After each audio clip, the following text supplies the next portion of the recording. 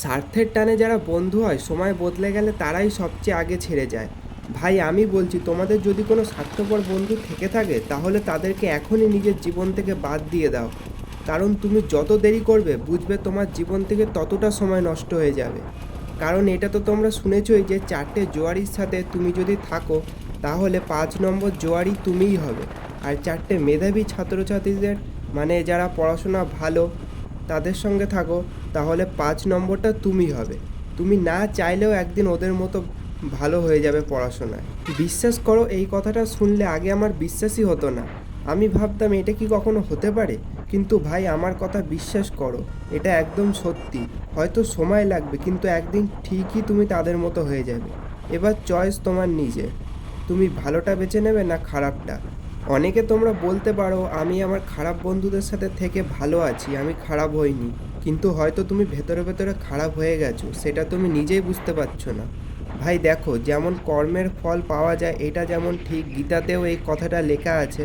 শ্রীকৃষ্ণ বলেছেন তুমি যেমন কর্ম করবে তুমি সেরকমই ফল পাবে। তুমি যদি আজকে কারোর 1 টাকাও মারো, ট্রাস্ট মি, একদিন না একদিন, হয়তো 1 বছর পর, 5 বছর পর, 10 বছর পর, 15 বছর পর, একদিন না একদিন ঠিকই তুমি যে ওই 1 টাকাটা মেরেছিলে সেই মানুষটার সেই 1 টাকাটার 100 গুণ তোমার কাছ থেকে চলে যাবে। এটা ভাই আমি একদম মন থেকে মানি। আর আমি এর আগের ভিডিওটাতেও তোমাদের বলেছিলাম, দরকার পড়লে তোমরা একা থাকো, দরকার নেই এরকম বন্ধু, দরকার নেই এরকম ভালোবাসার মানুষের যারা সবসময় তোমাকে খারাপ দিকে নিয়ে যাবে।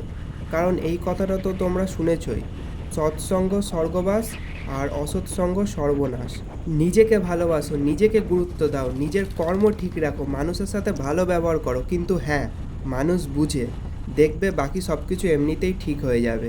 তো আমি যেই কথাগুলো তোমাদেরকে বললাম সেই কথাগুলোর সাথে যদি তোমরা রিলেট করে থাকো তাহলে ভিডিওটাতে একটা লাইক করে দাও। আর তোমাদের সাথেও যদি এরকম ঘটনা ঘটে থাকে তাহলে সেটা কমেন্টে জানাতে পারো। এইসব কি চিপ ডোপামিনের পিছনে দৌড়াচ্ছ তোমরা? এই মোবাইল স্ক্রলিং, তারপর নেশা ভান করা, সেটা বিড়ি হোক বা কোনো মানুষের হোক, গাঁজা হোক, সিগারেট হোক, হোয়াট এভার, যা খুশি হোক, সব কিছুই আমি এখানে ইনক্লুড করে বলছি। তো সেই সব বাদ দাও, ঠাকুরের নাম জপ করো, ঠাকুরকে ভালোবাসো, নিজের মা বাবাকে ভালোবাসো, নিজেকে ভালোবাসো, নিজে ঠিক রাখো, নিজের কর্মকে ঠিক রাখো, তাহলেই হবে। এখান থেকে মনে হচ্ছে ইউটার্ন নিতে হবে, ভুল রাস্তায় চলে আসলাম নাকি?